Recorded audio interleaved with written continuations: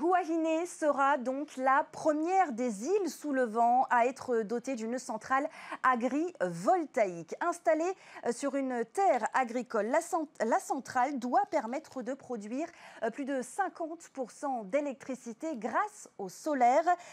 Une étape clé vers l'indépendance énergétique, et déjà d'autres îles des Rarumatai pourraient bientôt suivre. Voyez ce reportage de Jessica Doucet.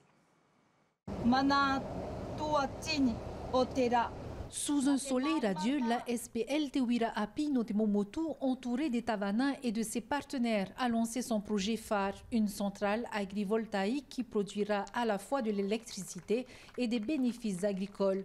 Ce chantier marque un changement majeur pour Huahine, avec 3500 kW crête de panneaux solaires installés sur structures hautes et des batteries de 5400 kWh pour stocker l'énergie le jour et la restituer la nuit. Actuellement, plus de 99% de l'énergie est produite par les hydrocarbures, et demain donc, ce sera plus de la moitié de l'énergie qui sera produite par le solaire. Et donc, en fait, quand il y aura des impacts du prix de l'hydrocarbure à l'international, ben ça va très peu venir influencer le prix du kilowattheure que paiera l'habitant à la fin, quoi. Une véritable révolution énergétique, puisque la part du renouvelable passera de 0,5% en 2024 à 53% dès la mise en service. Et ce n'est qu'un début. Huahine est la première étape d'un programme beaucoup plus vaste.